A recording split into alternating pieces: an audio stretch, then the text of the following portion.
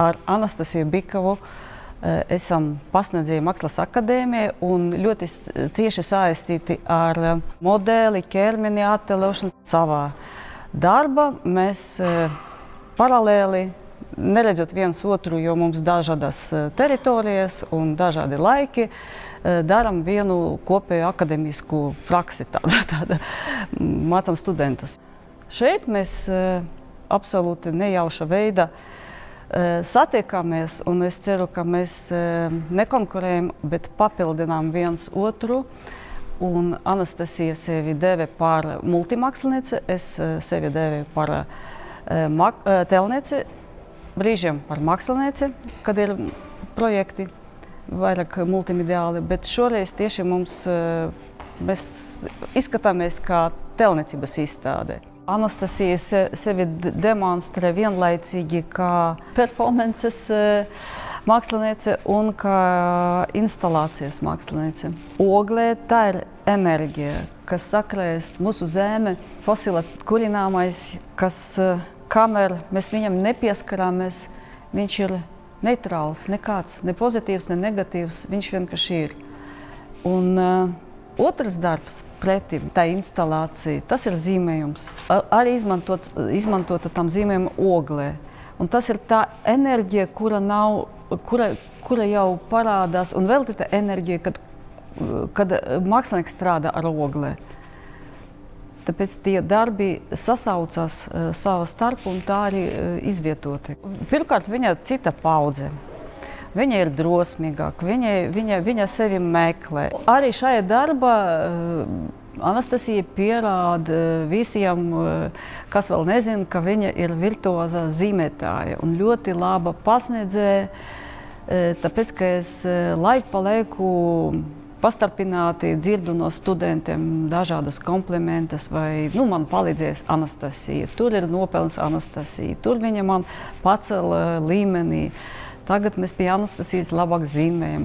Tāds viņas portrēts akadēmiskajā praksē. Un Anastasija arī ļoti enerģetiska, aktīva un mēģina sevi dažādas jomas.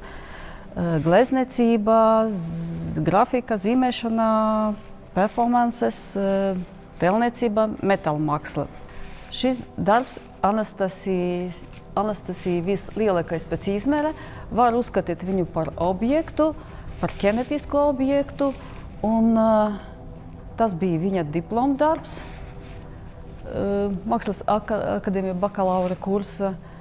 Arī darbs ir par to, ka tajā laikā, kad mēs tik maz pieskarāmies viens otram, tāpēc, ka visa komunikācija notiek telefonā, Anastasija dod kaut kas ļoti tāds pretstātam, ļoti apjomīgu un taktīlu darbu no dažādiem materiāliem, kas arī provokatīvs. Viņš prasa, lai viņam pieskarās. Viņš sāk darboties, kad viņam pieskarās.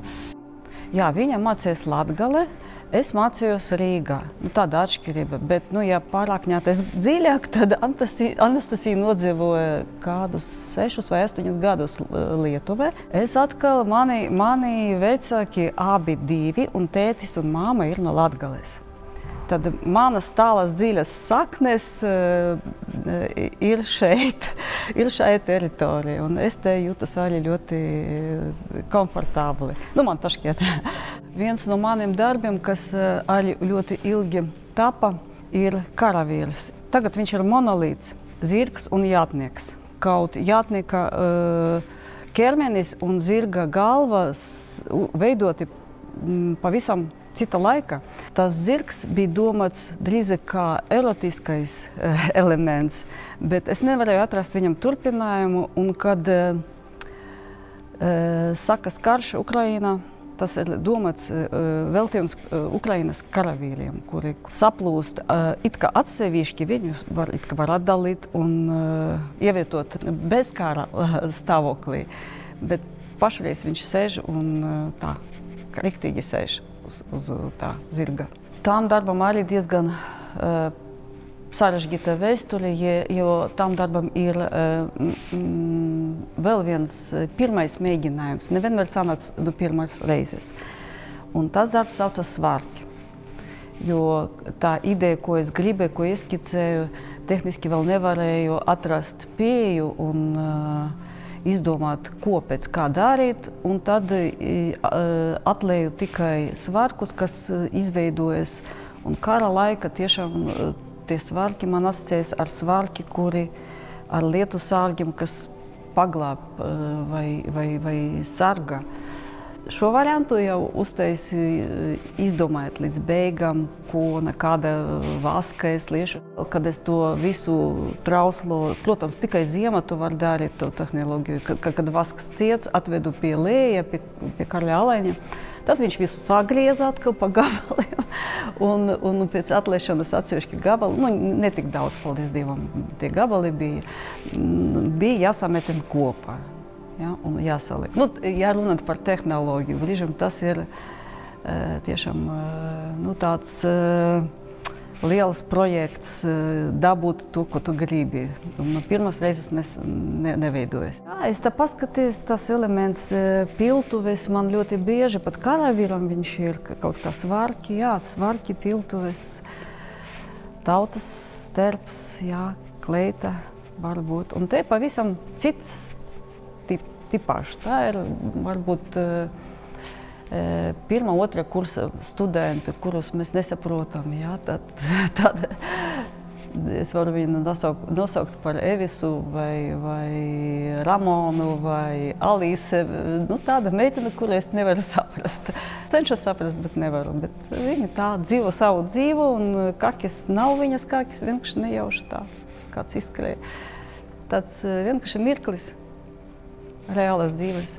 Vispār par dzīvi, kā par mums, par mūsu domām, ka es saku viņu, ka ar domu, ka es iesēdināšu tur žurku. Jo man šķita, ka tas viss, kas notiek ar tiem nodokļiem, ar to, ka mums tāda vecuma vajag pārkārtoties par grāmatvediem un vispār tāda dzīve bez cipariem, čekiem, atskaitēm nav vairs iespējams, tad tas viss tik spiež galvu, ka aizpild tavu galvu un tu nevari kaut ko citu ielaist. Bet no būrim ir tomēr turtiņas, kur var atvērt, žurku izlaist un ielaist putnus. Tāpēc tas darbs ir tāds, ka tavas rokas ir, varbūt tavas rokas, bet viss var mainīties. Un tava galvā atkal būs dziesma un putnu dziesma. Šis darbs arī var būt kopā ar veidots tajā paša laika viens pēc otra veltīts Ukrainai. Meitene ar saules puki. Es domāju, ka viss skaidrs, kā šajā darba ir attēlota cerība un ticība Ukrainas pirmogai. Es domāju, ka skulptūras var taisīt jebkurš. Un skulptūram ir viena īpatnē, ka viņa nevar būt, man liekas, digitāla. Kaut ir arī digitāla, bet pa īstam viņa realizējas tikai tad, kad viņai pieskaries mākslinieks. Tāda pieredze man bija šogad, kad vadīju diplomu darbu Rezeknes skolas audzēkņiem. Students, kurš izstrādāja savu projektu absolūti ar mākslīgo intelektu, vēl vairāk, ne vienkārši digitāli, bet ar mākslīgo intelektu. Viņš galu galā saprat, ka tie padomi, kas dod tev mākslīgais intelekts, tik un tā jāpārstrādā caur tehnoloģijām, caur galvu, caur rokām. To, ko tev piedāvā mākslīgais intelekts, ļoti slikta gaume. Vienkārši pēc tava pieskariena.